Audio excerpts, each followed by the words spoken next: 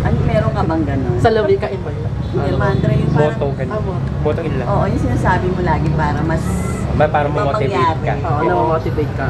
Mga manifestations. Oo, yung gano'n.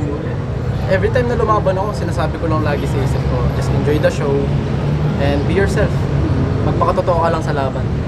Hindi mo naman kailangan plastikin mo yung pagkatao mo para lang manalo ka.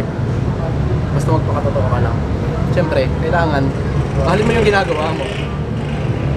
Kahit ano, parang may mga matrona rin na nagkakagusto sa iyo, mga older women.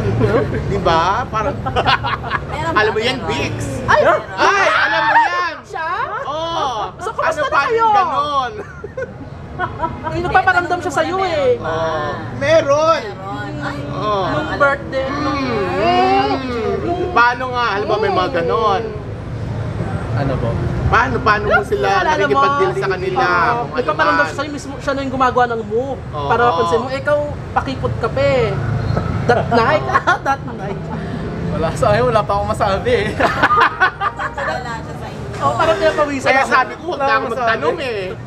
Wala pa akong masabi sa tanong eh. Wala, blind item. Oo. Hindi, kasi wala din po akong idea eh. Kung ano yung sasagot ko or... Oo, yun na. Pero paano halimbawa yung may kahit hindi artista? Paano pag may mga ganon? O hindi, Siyempre kapag mga indecent proposal na gano'n, kailangan maging careful din tayo lalo na may mga title tayong pinangako. Siyempre ayaw din naman natin na masira tayo sa iba, lalo na as a model, kailangan maging motivation tayo sa iba in a good way. Motivation. Oh, pero motivasyon ka din niya kasi. That, parang... Siyempre mas isa kanya sa mga mas pipiliin natin yung mas nakararami. ninanais. At saka mas makakabuti. Hindi lang para sa atin, para sa iba na rin. Pero kamusta naman kayo? Nang ano po? Ng mga friends? Halimbawa, yung may mga halang gusto makipagkaibigan sa'yo ng mga matrona, o mga ano, kung ano man, o mas may edad na babae, gano'n. Paano pag halimbawa, sinasabi lang gusto nila makipagtikiman sa'yo, paano? Pass po tayo sa ganun, syempre. Pass po tayo sa ganun. Hindi po tayo pwede sa ganun. Pero kung makipagkaibigan na, okay lang naman. To be honest, pass po tayo sa mga ganung Ayan, pangyayari. pinagsalita mo kasi si Kuya Jerry. Okay lang po yun at least, diba? Nagpakatotoo lang naman siya. So, paano yan? Meron ka ba love life ngayon? Kaya ganyan, umiiwas ka mga ganyan tukso? Hindi naman po porket may love life tayo or wala. So, meron? Hindi na natin kailangan umiwas sa ganun. Siyempre, sa any situation naman, kailangan natin umiwas sa mga bagay na ganun. Siyempre, kung alam naman natin na makaka-apekto sa karir natin or sa pagkatao natin. Diba? Alam naman na, matanda naman na tayo, alam na natin yung mga kasama at hindi. So, kailangan maging aware din tayo. Pero Joey, single ka nga ba or taken na? Atigin po. Taken siya. Di ba, nung sa Intramuros pa lang, di ba, taken? Opo. Kayo pa rin, I'm proud to hindi be pa taken. napapalitan. Hindi po, I'm proud to be taken. Bakit pa? Pero ano yung advice ni special girl mo sa'yo? Ano yung mga parang ngayon nalabang ka na sinusuportahan. ngayon nalabang ka na sa Indonesia. Always support naman siya sa akin. And yun lang, sinasabi niya na know your limitation. Alam mo naman yung mga bagay na magpapakasaya sa'yo. Alam mo naman yung mga bagay na makakasama at hindi. Yun lang, support din naman siya, 100%. What's the best thing parang being a representative ng Pinas sa Man of the Year? I think for me, the best thing is being able to stand in front of many people para sa Pilipinas. It's a big opportunity. Kasi marami naghahangad na ganito eh. Yung iba, dinadalangan nila na sana sila lang yung nasa pwesto. Pero minsan, may mga bagay na hindi natin expect na bigla na lang dumarating sa atin. And kailangan natin embrace yun, kailangan natin panindigan.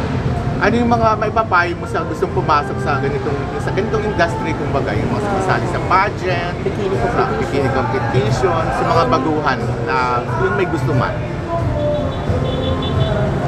Just be yourself. Yun lang. Be humble. Always be humble. Kagaya ng payo nila March at Yun lang. And mahalin mo kung ano yung meron ka. Be contented, be happy on what you have. And isa pa, don't compare yourself to others. Wow. Throughout your pageantry journey, ano yung natutunan mo na gusto mong i-apply sa pagsali mo sa Man of the Year? Girl, Miss Catriona. Yun, tulad ng mga sinabi ko before, yung mga natutunan ko, huwag mo ikumpara yung sarili mo. Kasi you have your own uniqueness, you have your own ability. Meron ka na wala sila. Although meron silang mga bagay na wala ka, kailangan panindigan mo yung mga bagay na binigay sa'yo at mahalin mo. Naapektuhan ka ba pag parang may mga naninira sa'yo, sinasabi, parang hindi ka naman deserving manalo dito, mas deserving yung iba? Sabi nga Meron nila, ka bang- good or bad publicity is still a publicity. So, sabi nga nila, yung mga dating naninira sa akin, mga dating hindi bili, ngayon, naniniwala na sila. And I think, kailangan ko ng mga panibagong haters kasi yung mga dating haters ko, supporters ko na ngayon. At least na-transform mo sila into support, na maging supporter. Hindi naman natin maaalis yun kasi yun nga, it's a modeling industry, it's a artistry. Kumbaga, parte na ng industry to Kumbaga, kailangan natin tanggapin yun. Hindi naman natin maaalis yun. Since before pa naman, ganun na yung mga nangyayari. Kaano ka confident na mauuwi mo yung corona? May corona ba? Oo. May corona na siya More than 100%. Wow, more than Siyempre kailangan natin maging Kailan yung pageant proud. pala, June? Kailan yung pageant? November 11. At ang alis mo ay sa?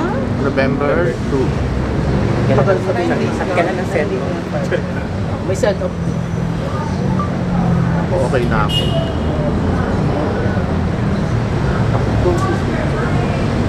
Titingnan niya kung ano.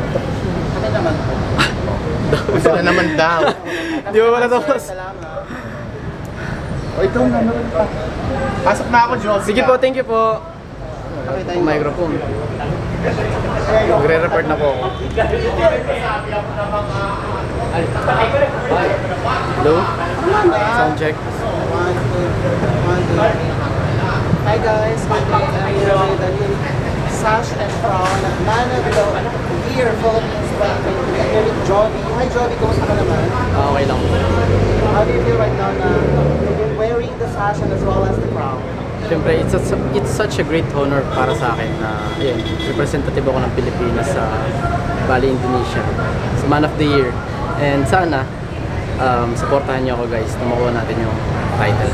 Let's talk about right after your winning sa Cosmo Manila. Anong mga nangyari right after that? Yun, tuloy pa rin yung routine natin. Marami tayong mga nakilala. May mga previous projects tayo. May mga events, yun nga. Same pa rin. Aside sa mga projects mo, do you undergo trainings or self-training mo lang? Self-training, so far self-training pa lang yung ginagawa natin.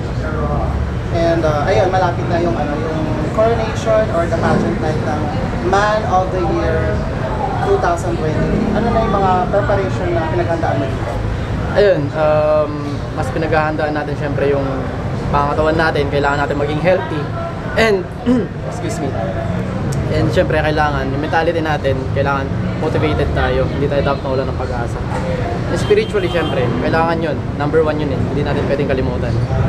As a pageant king now, how do you keep relevant to the social media? So far, hindi tayo masyadong nagiging active sa social media ngayon Kasi tulad nga ng may mga inaasikaso pa akong business. Siguro so far, after this month, yun, mag-focus naman tayo sa social media. Sino yung magiging designer ng susuot mo sa pageant? Actually, wala pa po akong idea officially. I'll get update with you guys.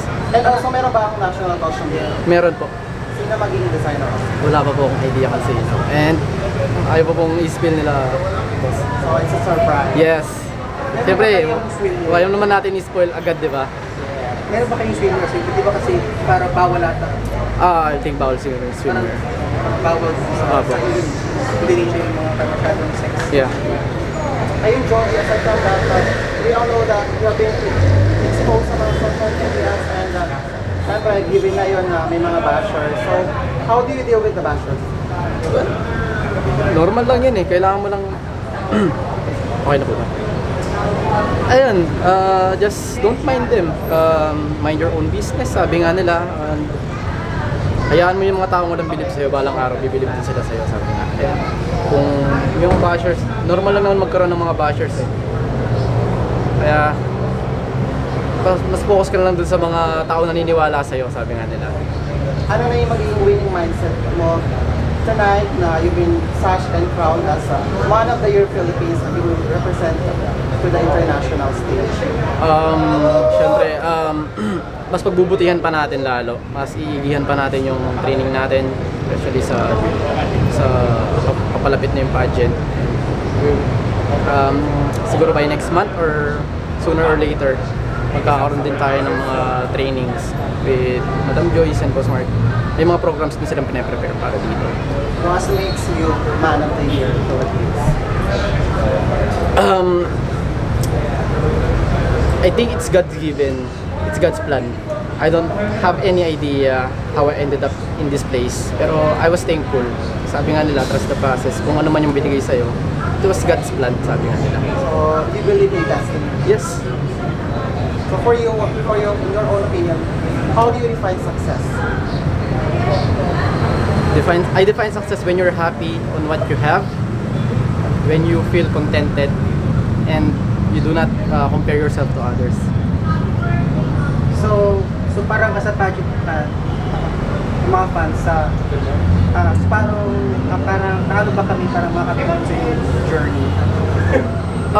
Ito, yung ginagawa nyo actually, it gives a lot of help. Hindi lang sa akin, sa mga maraming candidates din, yung mga pag-spread nyo through social media, alam naman natin, yung effort nyo, at saan na lang, di ba? Willing kayong pumunta para lang i-promote yung ibang models, i-promote yung isang event, yung isang pageantry, di ba? And ayun, sa mga bagong palaman na nakakita sa'yo, who is Jovi on and off na? Jovi is a humble person, God-fearing, and a model. That's all. Normal person. As part of preparation, you always go to the gym. So how do you often go to the gym? Ano ba? How do you often go to the gym? Kamusta yung diet? Every day. Kasi ano tayo, fitness trainer tayo eh. So part na ng ano natin pamumuhay. Meron ka bang parang diet, special diet para maging yung katawan mo? Ano lang, energy balance. Yun lang, that's all. Basta, di mo naman kailangan kumain ng kaunti. Kailangan mo lang kumain ng tama. And ayun, Jovi, you witness also your pageant journey. You will join another pageant and then napunta sa Cosmo Manila and then now that you're Man of the Year Philippines 2023. Ayun, so ano naman, kumusta naman yung adjustments mo? And ano yung mga natutunan mo from your previous pageant na sinalihan? Siguro ulit-ulit man pakinggan. Yung mga natutunan ko before sa mga previous pageant ko, be happy on what you have. Don't compare yourself. And do what makes you happy. Yun lang. During the competition, ano yung mga ginagawa mo? Do you browse social media or focus ka lang talaga sa pageant? Focus na ako sa pageant. So never browse your Instagram or Facebook? Hindi ako ganun ka-active through social media. And we have heard that you're not a single, you're taken already. Taken. How do you manage your pageant journey and as well as your love life? Paano ba? Let's say, time management. Kumbaga, you have to give time to your career at the same time. Kailangan mo rin magbigay ng time para sa love life mo. Especially sa family mo. Yun lang. What if magkaroon ng conflict like eto si love life and then nagkasabay love life and pageant life? So, saan ka doon saan mo ipa-priority mo? Love life or pageant life? Pageantry, syempre. Kumbaga, nandiyan naman yung love life eh. Hindi naman nawawala yan eh. Pwede mo naman anytime ayusin yan eh. Pwede mong anytime i-achieve yan. How supportive your 100%. partner? And message mo na lang sa mga fans and supporters mo. Ayun guys, sana supportahan niyo ako. And I was hoping and praying na sana tulungan niyo ako how to win this title, this pageant. And I'm willing to learn. I'm still learning actually. And sabi nga nila, ipag-suggest na lang natin kung ano yung mangyayari sa pageant na to. And your message to the person behind. Pero syempre, hindi natin mapabayaan na gagawin pa rin natin yung best natin para manalo. Syempre, hindi naman natin hahayaang masira yung effort ng ibang tao and yung believe nila para sa'yo, di ba? Message to the person behind your journey. Stay healthy, God bless, and ingat palagi. And your message to Sir Mark. Thank you for everything. That's all. And stay healthy and God bless you always. And may God give you longer life and healthy life. That's all. To your family also. Yung social media. Jovi Angel sa Facebook and sa Instagram joviangel_0425 and sa TikTok I have the new TikTok J Angel, bago lang yun. Doon yung nag-uumpisa na ako mag-upload ng mga fitness journey natin on how to achieve nice physical body, ganun. Maraming salamat, Joe.